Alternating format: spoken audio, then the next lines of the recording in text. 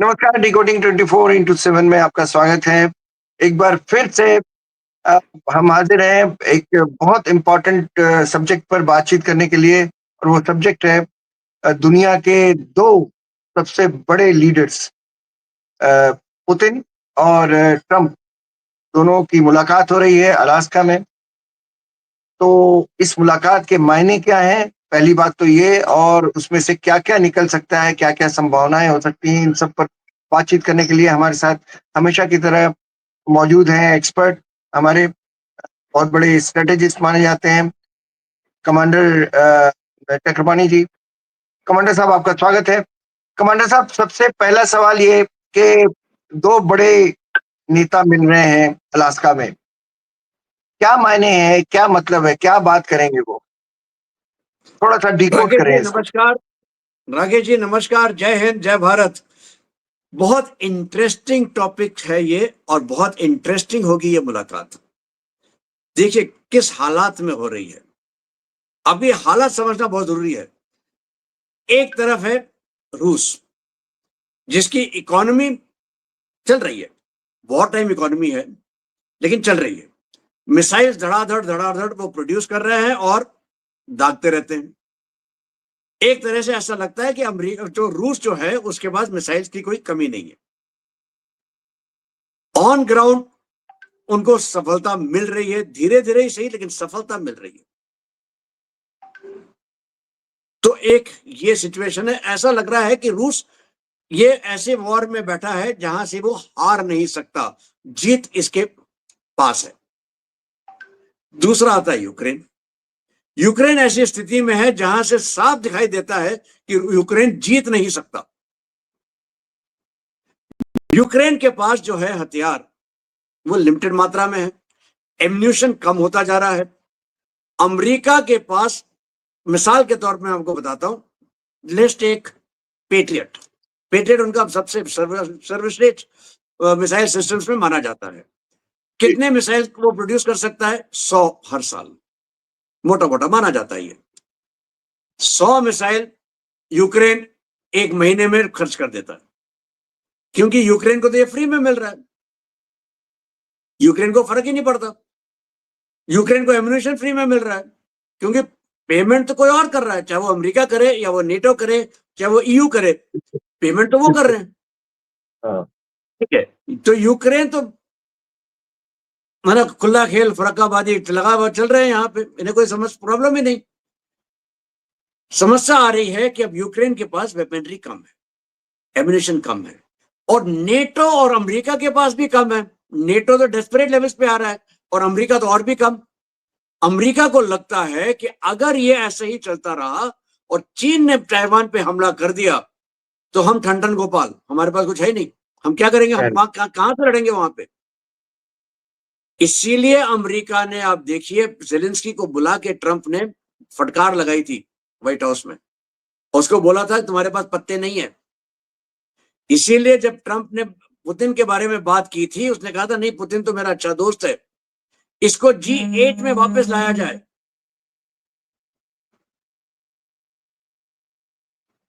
इसे G8 में जी, वापस लाया जाए, पुतिन को, रशिया को। क्यों? क्योंकि देखिए उसको निकालना ही गलत था। फिर जब बहुत डेस्परेटली बात होने लगी तो उन्होंने पुतिन को बोला 50 दिन का समय मैं देता हूं, जो करना कर लो, लेकिन 50 दिन में युद्ध खत्म करो। फिर आई बात 27 जुलाई।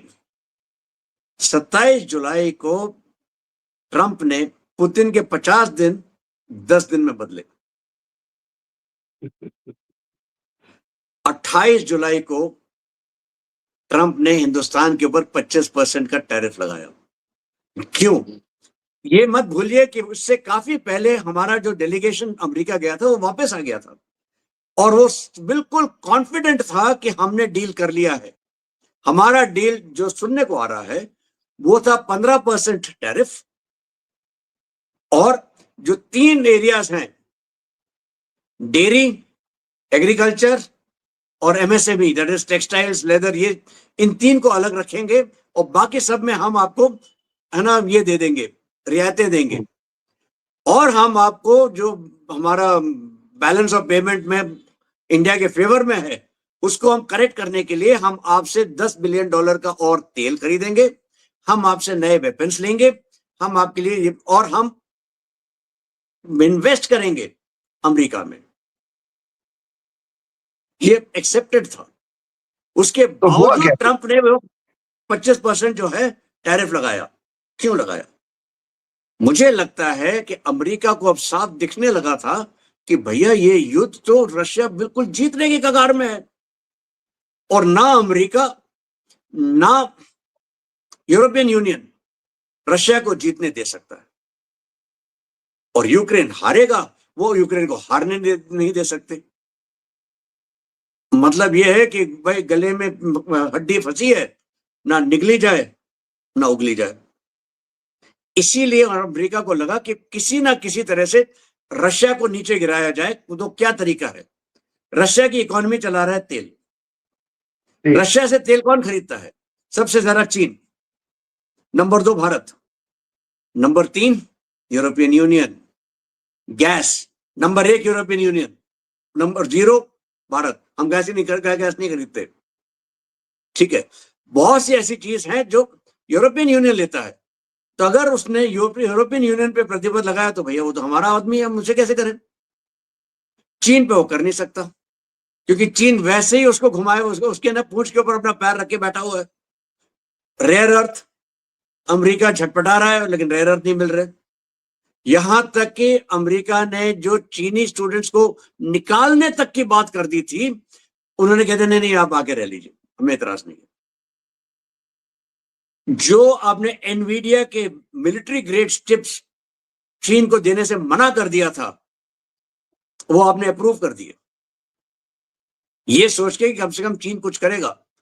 आपने 90 दिन का समय दिया था चीन को, वो 90 दिन का समय बढ़ाने की बात हो रही है, तो चीन को आप छू नहीं सकते। टर्की नाटो का देश है, बचा कौन? भारत। उसको लगा भारत एक सॉफ्ट पावर है, अच्छा आदमी है, इसको मना लेंगे, फुसला लेंगे, डरा लेंगे, धमका लेंगे, और अगर हमने भारत के पूंछ के ऊपर पैर रखा तो भारत रशिया के पास जाएगा, रशिया को बोलेगा भैया इसको ट्रंप की बात मान लो। इसीलिए भारत के ऊपर, और इसीलिए सडनली यूक्रेन के ऊपर आप देखिए इतना फोकस आ रहा है, इसीलिए सडनली तेल के ऊपर आ रहा है। वरना तेल के ऊपर तो कोई बॉदर ही नहीं कर रहा था, सब बातें करते थे, मॉरल लेक्चर देते थे, कि कहते थे कि नहीं नहीं ये है ना अच्छी बात नहीं है वगैरह वगैरह, लेकिन किसी को कोई ज्यादा एतराज नहीं था। यहां पे आना शुरू हुआ सिर्फ इसलिए कि उनको लगने लगा कि अब यूक्रेन हार रहा है। अब आते हैं अलास्का पे। अगर अलास्का पुतिन मान गए हैं वहां मिलने के लिए ट्रंप से, तो कुछ तो ट्रंप ने प्रॉमिस किया है। उनके जो राइट हैंड मैन है वो भी एक व्यापारी है, वो कोई डिप्लोमेट नहीं है। वो पहुंचे पुतिन के पास, स्टीव विटकॉक डोनाल्ड ट्रंप की तरह रियल एस्टेट में काम और डील करते हैं। वहां पे उन्होंने ट्रंप और पुतिन के साथ कुछ ना कुछ तो बात करके, कुछ ना कुछ तो उनको समझाया है, और कुछ ना कुछ तो उनको बताया है। क्या? पुतिन ने हमेशा 3 ही चीजें कही थी। नंबर 1, क्राइमिया मैं वापस नहीं दूंगा। नंबर 2, जो हिस्सा मैंने यूक्रेन का ले लिया है वो वापस नहीं होगा। और नंबर 3, यूक्रेन नेटो का हिस्सा नहीं बनेगा। ये मेरी रेड लाइंस हैं। इसके बाद आपको मैं बाकी जो भी करना है मैं आपसे बात करने को तैयार हूं। इसीलिए देखिए ट्रंप ने क्या कहा था, जेलेंस्की को और यूक्रेन को टेरिटरी स्वैप के लिए तैयार होना पड़ेगा। कुछ जमीन देनी पड़ेगी, कुछ जमीन मिलेगी। कौन सी देनी पड़ेगी? जो रशिया कह रहा है, उसके बदले में आपको जो आपकी जमीन है वो मिल जाएगी। मुझे तो लगता है ये। और दूसरी बात, एक पुतिन ने रेड लाइन बना दी थी, और ये कहा था कि मैं जेलेंस्की से नहीं मिलूंगा। इसीलिए जेलेंस्की को अलग कर दिया आपने। अलास्का में जेलेंस्की नहीं आ रहा है। अभी प्रधानमंत्री मोदी की भी जेलेंस्की से बात हुई है। हम्म। और पुतिन भी आ रहे हैं इंडिया, तो दोनों को डॉट अगर मिलाएं तो क्या शांति लाने में उधर क्या भारत की भी भूमिका हो सकती है? देखिए, भारत की भूमिका तो है, भारत की तो भूमिका है, इसमें कोई शक नहीं है। ये मत भूलिए, स्कॉट इनके बाद कौन था वहां पे? डोवल। डोवल जी के बाद कुछ दिनों में जयशंकर जी जा रहे हैं, फिर पुतिन के इधर आने की बात है। जेलेंस्की क्यों बात कर रहा है मोदी जी के साथ? जेलेंस्की भी जानता है अगर पुतिन को कोई कुछ समझा सकता है वो है मोदी, और कोई कर ही नहीं सकता। और ट्रंप ने तो जेलेंस्की को पहले भी दूर से मक्खी की तरह अलग कर दिया था, अभी भी कर रहा है। यूरोपियन यूनियन को अलग किया था, लेकिन अब ट्रंप ने कहा नहीं, हम यूरोपियन यूनियन के लीडर्स के साथ मुलाकात करेंगे पुतिन को मिलने से पहले, ताकि हम उनके भी जो विचार हैं उनको ज्ञान मालूम कर सकें और उनको भी हम अपने ध्यान में रख सकें। ये कहा है। देखिए, ये बहुत इंटरेस्टिंग सी चीज है। और यहाँ पे क्या हो सकता है, तीन विकल्प दिखाई देते हैं। एक, कुछ नहीं होगा, ना ट्रंप मानेंगे ना पुतिन मानेंगे, जो आज स्थिति है यही स्थिति बरकरार रहेगी, कोई परिवर्तन नहीं, कोई नई चीज नहीं होगी। नंबर दो, एक मसौदा तैयार होगा, एक फ्रेमवर्क एग्रीमेंट, एग्रीमेंट नहीं, एक फ्रेमवर्क, एक मसौदा। वही मसौदा अर्मेनिया और अजरबैजान के बीच में हुआ था, जिसको ट्रंप ने बड़ा जोर से बोला कि देखिए मैंने इनके बीच में समझौता करा लिया। समझौता नहीं हुआ है, एक मसौदा तैयार हुआ है कि हम शांति की वार्ता जो करेंगे वो इस टेम्पलेट में करेंगे। कब करेंगे, कोई कोई डेट नहीं दी है। कहां करेंगे, कोई डेट नहीं है। और दोनों ने कह दिया हाँ जी, ट्रंप को आप नोबेल प्राइज दे दीजिए, ट्रंप उसमें खुश है। यहां भी यही होगा, एक मसौदा पे, फ्रेमवर्क एग्रीमेंट पे कुछ हो सकता है, वो हो जाए। अगर वो होता मजा, है कमांडर साहब, मजा तो तब आए जब ये शांति का नोबेल पुरस्कार मोदी को मिल जाए। और ट्रम्प, और मोदी कुछ भी ना कहे, और ट्रम्प जो है फिर जो भी कुछ कहना हो ट्रम्प के हिस्से रहे।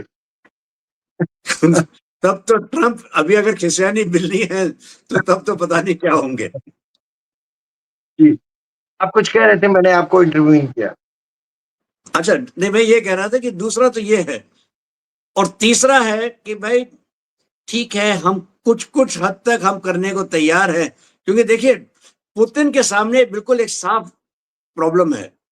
अगर वो रुक जाते हैं, सीज फायर करते हैं, तो वो एक तरह से यूक्रेन को टाइम दे रहे हैं, समय दे रहे हैं, मौका दे रहे हैं रीग्रुप करने का, अपने आप को फिर से तैयार कर, लड़ाई के लिए तैयार करने का। अगस्त का महीना आ गया है, सितंबर अक्टूबर तक जो है उस एरिया में पानी भी बरस जाएगा, स्नोफॉल होनी शुरू हो जाएगी। फिर आपका युद्ध जो है वो विंटर मौसम तक, अगले साल मार्च तक कुछ नहीं होगा उसमें। फ्रंट लाइंस जो है वो वैसी की वैसी एक बार फ्रीज हो जाएंगी। अगर आपने मौका दे दिया तो ना यूक्रेन को समय मिल जाता है अगले साल मार्च तक अपने आप को रीआर्म रीग्रुप करने का, कि वो फिर से पुतिन के ऊपर हावी हो सके या कोशिश कर सके कम से कम। तो पुतिन तो नहीं चाहते हैं कि ये ऐसा कुछ हो जाए, और पुतिन चाहते हैं जितनी जल्दी हो सके हम, है ना, ये युद्ध को अपने पक्ष में कर लें। तो पुतिन तो नहीं मानने वाले, जो मेरा अपना मानना है। एक फ्रेमवर्क तैयार हो जाएगा, और उस फ्रेमवर्क में मेरे हिसाब से हो सकता है कि क्राइमिया रशिया के पास, जो जमीन है यूक्रेन की east of the river Dnieper, Dnieper नदी है, नीपर के ईस्ट साइड में जो जमीन है जो रशिया क्लेम करता है, उसको एक इंडिपेंडेंट नेशन बना दें, या उसको एक ऑटोनोमस रीजन बना दें जो अपने आप को गवर्न करे यूक्रेन के अलावा, और वो रशिया के इसमें रहेगा। और यूक्रेन को बोल दें कि भाई साहब आप नेटो में नहीं आ सकते, और कहीं ना कहीं ट्रंप एग्री करें कि हम नेटो का विस्तार जो है हम नहीं होने देंगे। वैसे कोई और देश है नहीं नेटो में जाने वाले, लेकिन वो मान ले कि हम विस्तार नहीं होने देंगे। तो ये मुझे लगता है कि मोस्ट प्रोबेबल समझौता हो सकता है, फ्रेमवर्क हो सकता है। क्या कमांडर साहब, ये जो ट्रम्प है, ट्रम्प जिस तरह से जो भी इनकी पॉलिटिक्स का सलीका है, तो देखकर अमेरिका के लोगों में रोष रोष नहीं है, नाराजगी नहीं है? बहुत है, लेकिन समस्या ये है कि अमेरिका में देखिए 2 ही पार्टी सिस्टम चलता है। तीसरी पार्टी तो है ही नहीं वहां पे। हालांकि मस्क ने शुरू की है, लेकिन कोई खास तो हुआ नहीं। मस्क ने तो $5 मिलियन ट्रम्प को दे दिया है और एक तरह से समझौता कर लिया है, हथियार डाल दिए।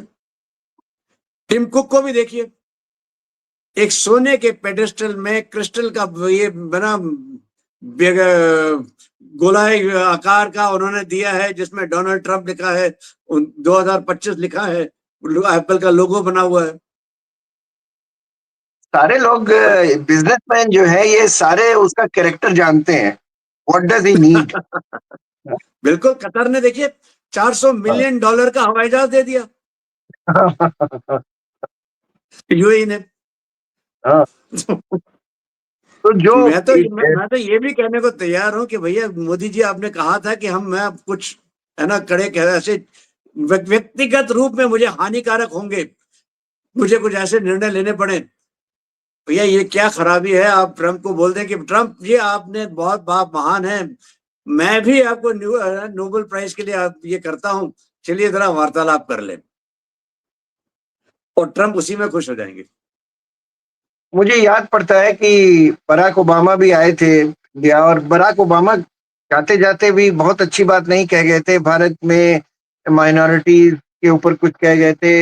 हमें हमारे लिए खुश होने की बात नहीं थी, लेकिन फिर भी उनका उनका पर्सोना एक दूसरा था। उनकी हैसियत लगती थी कि हाँ, वो अमेरिका के राष्ट्रपति हैं। इस आदमी के साथ ऐसा कुछ लगता ही नहीं है, लगता है कि बहुत छोटी-छोटी बातें कर रहा है। मतलब ये पद इनके लायक नहीं है या ट्रम्प उस पद के लायक नहीं है, ये नहीं समझ में आता। पद की बात तो मैं नहीं चाहता, ट्रंप तो किसी भी पद के लायक नहीं है। क्योंकि देखिए अपने उनका पे मकसद सही भले ही अच्छा हो, लेकिन उनका तरीका बिल्कुल खराब है। हाँ, तरीका फाइनली जो है आपको एक लगता बहुत है असभ्य है। फाइनली आपको सॉरी, लगता है कि अलास्का से कुछ पॉजिटिव निकल कर आएगा, थोड़ी शांति होगी? मुझे तो लगता है अलास्का से कुछ ना कुछ पॉजिटिव जरूर आएगा, और मुझे लगता है कि जो रशिया ने मांगा है वो होगा। अच्छा। क्योंकि देखिए ट्रंप के लिए क्या सबसे ज्यादा मशहूर है? Taco. Trump always chickens out, मतलब ट्रंप हमेशा हथियार डाल देते हैं। और उनकी दाल नहीं गल रही थी चीन के साथ, वहां हथियार डाल के बैठे हैं। उनकी दाल नहीं गलेगी पुतिन के साथ, वहां हथियार डालेंगे। और इसका एक परिणाम होगा कि जो 25% एडिशनल टैरिफ लगा है इंडिया पे, कम से कम वो तो चला जाएगा। और 25 तारीख को जो उनका ट्रेड टीम आने वाली है वो आएगी। हम्म। उसके बाद देखिए, वक्त बताएगा। कमांडर साहब, अलास्का में जो मीटिंग हो रही है उसमें क्या-क्या संभावनाएं निकल सकती हैं, इन सब के बारे में आपसे बात हुई। बहुत सारी इम्पोर्टेंट चीजें पता चली। मुझे उम्मीद है कि हमारे दर्शकों ने इसे समझा होगा, गुना होगा, समझ पाए होंगे कि दोनों 2 देशों के बीच इतनी भयंकर लड़ाई लड़ रही है, तो उसमें कौन-सा देश क्या पाने की कोशिश करता है। साथ ही लोगों ने ये भी समझा होगा कि ट्रम्प का दरअसल कैरेक्टर क्या है। बहुत-बहुत शुक्रिया सर आपका इस प्रोग्राम में आने का। बहुत-बहुत धन्यवाद। बहुत बहुत धन्यवाद राकेश जी। जय हिंद, जय भारत। जय हिंद सर।